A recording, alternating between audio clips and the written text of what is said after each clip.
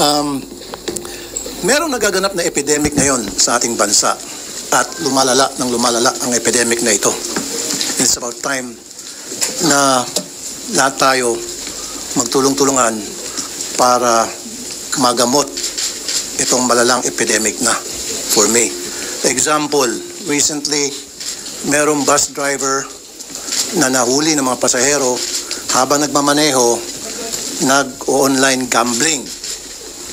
Paano na kaya umaga yon?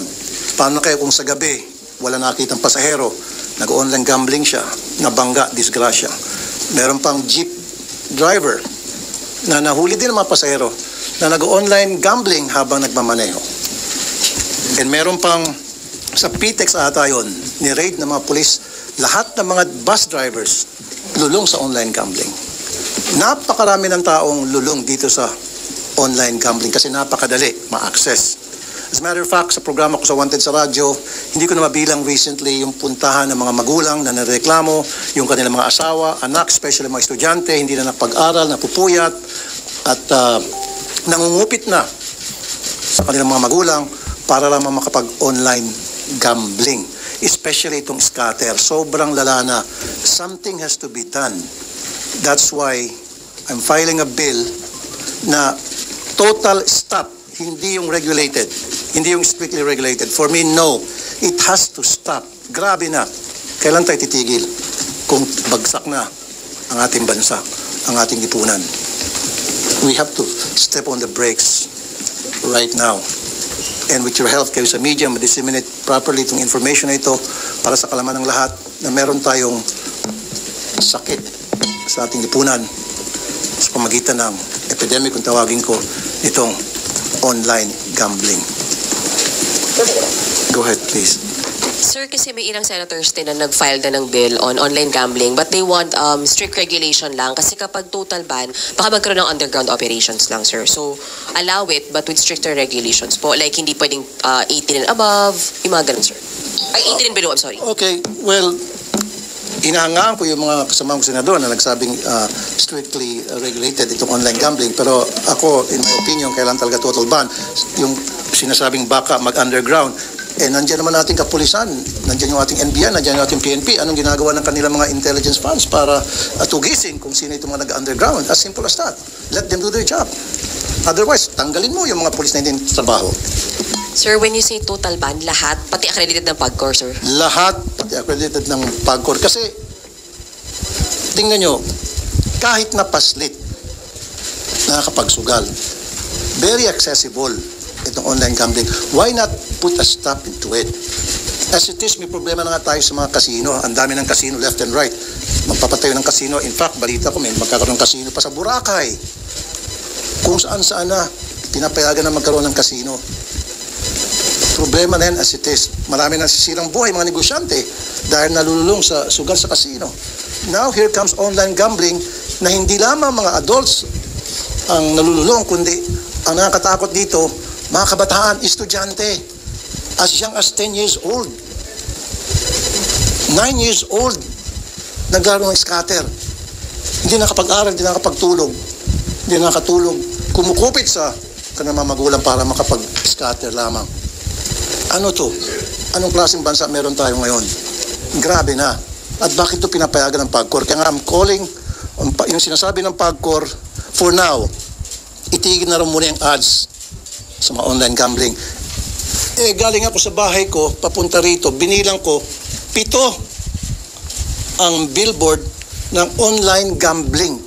7. So, nananawagan ako sa PAGCOR maging sa ad board. Do your share for now habang gagawa ko ng bill. Of course, matatagalan yan. And habang pinag-isipan siguro ng ating sa executive kung anong gagawin nila, do something. Itigil na muna lahat ng advertisement sa online gambling. Kasi ang sabi ata ng PAGCOR sa prime time lamang. Bakit lang prime time? Paano sa hindi prime time naman yung mga bata nanonood din?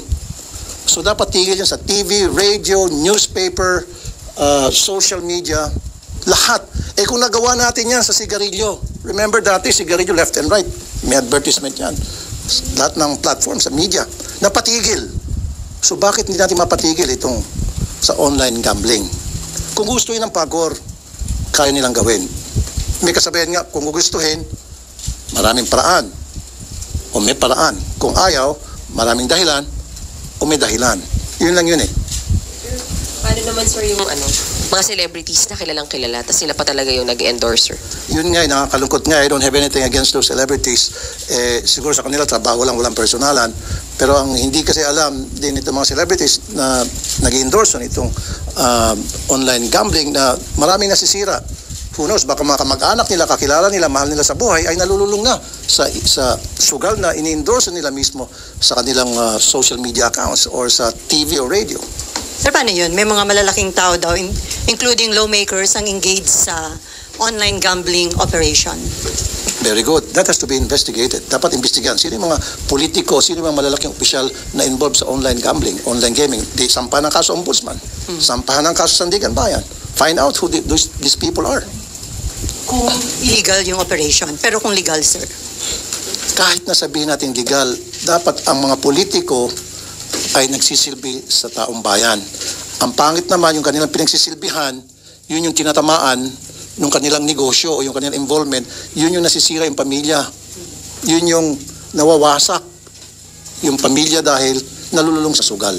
Sir, sinasabi rin, malaki magiging foregone revenue kapag total ban ng online gambling. That is correct. 140 billion, I think, if I'm right. Pero marami naman pwedeng pagkukunan ng 140 billion na mawawala. Just think of it, 140 billion. Kumpara naman doon sa nasisirang pamilya, nasisirang mga Pilipino. I think the benefits na nakukuha ng ating gobyerno mula sa revenue ng online gambling outweighs the ill effects. Saan tayo? Kung dahil sa 140 billion masisira napakaraming pamilyang Pilipino, maraming malululong sa sugal, bakit di natin itigil na itong online gambling? So sir, considering yung situation, sabi niyo ang dami ng lulong dito sa online gambling, hindi na ho kakayanin ng strict regulation sa tingin ninyo? For me, hindi eh. Well, yung iba sabi, dapat 18 years old lang and above. Naku, ang wise ng mga Pilipino. Yung 10 years old, pwede naman niya hiramin yung cellphone ng parents niya. Pwede naman niya hiramin yung cellphone ng kasambahay niya na nakakatanda. Pwede siya manghiram ng cellphone ng mga taong kakilala niya mas nakakatanda sa kanya. Wala rin. At ngayon, sa GCash, sa Paymaya, nandyan palagi yung online gambling na naka-advertise. So very accessible. Sa online gambling, unlike before, tingnan nyo guys, gusto mo magbingo? Pupunta ka sa mall para magbingo. Gusto mo magsabong? Punta ka sa sabungan para magsabong. Gusto mo magkarera? Punta ka sa racetrack para magkarera. Ngayon, kahit nasa loob ng CR, habang you're doing your thing, pwede ka online gambling. Pagkatapos mo siguro, natalo ka na ng 10,000. Ganon katindi ang online gambling. So pag wala na itong online gambling, yung mga sugarol na gusto talang magsugal, then punta sila doon sa venue nung sugal na gusto nila. Ngayon pati, meron pa nga igagamba, pa yun. Totoo yan. Lahat ng klaseng sugal na naman isip nyo, i-billiards, nandyan na. Who knows kung ano pa yung mga susunod na mga kabanata nitong e-gambling mga operators, kung ano pa maisip nila. Matindi. I'm calling upon PAGCOR for now, ipatigil nyo na muna lahat ng advertisement sa lahat ng platform ng e-gambling. Sabi niya, papatigil nyo. Kanina lang pagpunta ko rito, ang dami mga advertisement pa rin. Sana magkaroon muna ng moratorium habang nagde-decide yung ating executive kung paano nila i-handle to. Sir, ano ba yung sports betting? As long as it's online para sa akin. Ngayon, kung gusto mo sports, anong klaseng sports? Sir, may ending. PBA. Basta may taya. Basta online. Basta't online. Kung gusto mo magtaya ka, di maglagay na lang sa PBA na yung para pupunta ka doon at mananaya ka, parang ginagawa sa horse racing, di ba? Meron yung pupunta ka sa tayaan, doon ka tataya. O gawin na lang legal yun. Magkakaroon ng mga, ano bang tawag niyan? Yung patayaan. Para sa gaming, parang nangyari sa Las Vegas. Kung gusto magtaya sa basketball, punta ka sa isang casino at doon ka tataya. Pwede sa casino. Punta sa casino para maging deterrent yun one way or the other. Natatama rin, ba't pa ako pupunta, umuulan, o tinatamad ako, hindi ako pupunta na lang, saka na lang. Whereas ngayon, gusto nila maglaro ng basketball or anything. Sa gambling, nandiyan yung online. Sir? Saying, sir, na yung mga pasugal niyo yun na online, pwedeng sa casino na lang. Doon na lang lahat tumaya kasi bawal ang mga minor talaga doon. What I'm saying is, kung hindi lang sa casino, sinabi ko na kanina, gusto mo mag-bingo. Di ba dati-rati, pag mga binguan sa mga mall, punta kayo sa mall. Gusto niyo magtaya sa sabong, punta kayo sa sabungan. Ganun lang dapat. Merong venue na pupuntahan. Unlike ngayon, very easy, very accessible. Anybody can play. Kahit na pastit, kaya maglaro ng sugal sa pamagitan ng online. Especially na nandiyan na yung GCash, nandiyan yung Paymaya, napakadali. Sir, ang PAGCOR sabi nila hanggang August 15, meron para i-take down lahat ng ads, yung billboards, sa mga bus, etc. So you're saying dapat ngayon na? Bakit August 15? So between now and August 15, so marami pa malululong sa sugal. So kung gusto nilang PAGCOR, sabi ko kanina, kung gusto, maraming paraan. Kung ayaw, maraming excuses na hanggang August 15. Why August 15? Let's do it now. Ganun dapat. Ora mismo. Kasi lumala na talagang problema. Ayan na, yung nabalitaan natin, alam niyo naman siguro yan. Bus driver, akalain mo, habang nagmamaneho, nag-online gambling, buti na lang nakita ng mga pasahero at pinigilan siya. Paano kung hindi nakita? Paano kung gabi o natutulog yung mga pasahero? Sir, tapos Kasya. doon sa revenue, sir, saan natin pwedeng kunin specifically yung mawawala kung hindi sa online gambling? Marami naman pwedeng pagkukunan ng budget yan kung gusto natin pamalaan. Di mag-alat ng budget para sa social services. Sir, Di ba? Kasi I think 40% of sa online gambling, if I'm not mistaken, ng revenue from PAGCOR ay napupunta sa social services. So, dipunduan na natin yung DSWD. Itigil natin yung mga GL na yan. O, ilan ba yung billion yung galing sa GL? O, lahat. Ako mismo isusurrender ko yung GL ko. Kasi yung GL ko naman napupunta sa lahat ng pupunta sa action center ko. In fact, malaking bagay nga pag natigil yung GL na yan dahil kumbaga, nagagamit pasintabi sa iba, nagagamit ng mga politiko para magkaroon silang pogi points sa kanilang mga botante. So yun, isang source, yung GL, di ibigay dun sa DSWD para pandagdag dun sa social services. Yung mawawala as a result dun sa pera, kung sakali man na kumukuha ng pera ang DSWD sa PAGCOR o kung sa PhilHealth, di ibigay sa PhilHealth. Maraming pwede tayong gawin na paraan kung gugustuhin natin. It's just a matter of political will. It's just a matter of using our common sense, ika nga. Sir, balikan ko sir yung celebrities tsaka online influencers na nag-endorse. Do you also have calls na, paano ba, tumigil din sila na mag-withdraw from endorsing online gambling? Paano po ba, sir? Hindi ko sila pwedeng diktahan. Ang masasabi ko lamang, siguro mag-isip sila kung ano ba yung effect ng kanilang endorsement doon sa nakakaraming mga taong nalululong sa sugal dahil naniniwala sa kanila. Especially influencer. Mabilis na maka-influensya sa kanilang mga followers. So just imagine, sila, dapat isipin nila kung ano yung epekto noon sa kanilang mga followers. Baka bandang huli mga followers nila, imbis na matutuwa, alis na sa kanila at hindi na magpa-follow dahil sa iyo, na-bankrupt ako, dahil sa iyo, nasirang buhay ko. Pero sir, sa cellphone, maraming apps na makikita mo nag-endorse ng mga online gambling. Baka dun karamihan. Yun nga, dapat talaga i-stop yun sa mga endorsement. Hindi lamang sa mga influencers, kundi total ban talaga pagdating sa advertisement sa online gambling. Kasi sa GCash, pagbukas mo ng GCash, Paymaya, nandoon palagi yung online gambling. Ang daming apps, sir, na may... Correct. So dapat, with the help of DICT, pwede naman iban yun eh.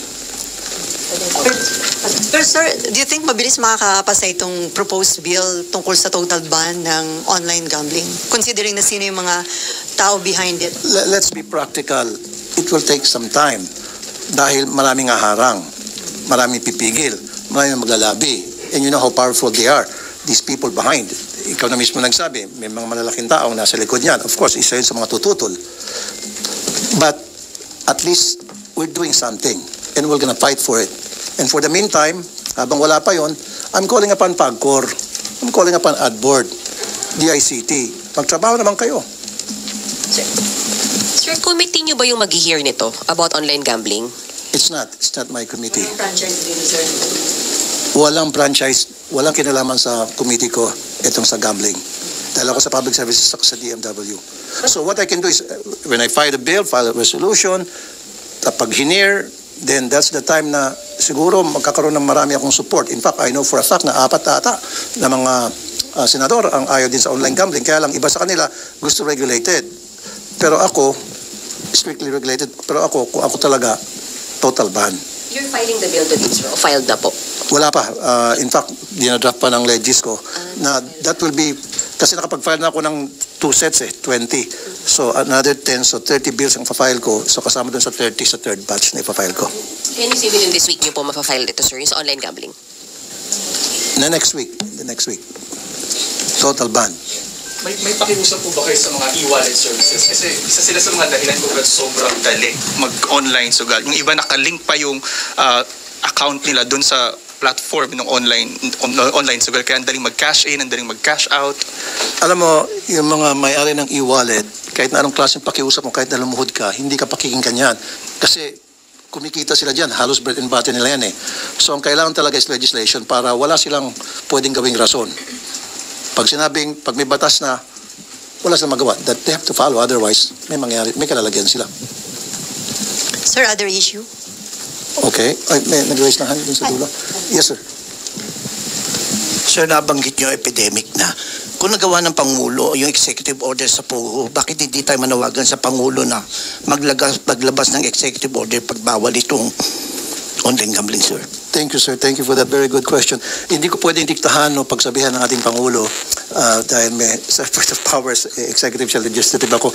I can only wish. So, hindi naman siguro masama mangarap. So, nangangarap ako sana one day or in the next few days makarating sa ating Pangulo kung gaano kalala itong problema, and it's up to the President kung anong discarding gagawin niya, and I will respect kung ano man desisyon niya. Pero para sa akin, my stand is sana total ban pahinto na ito.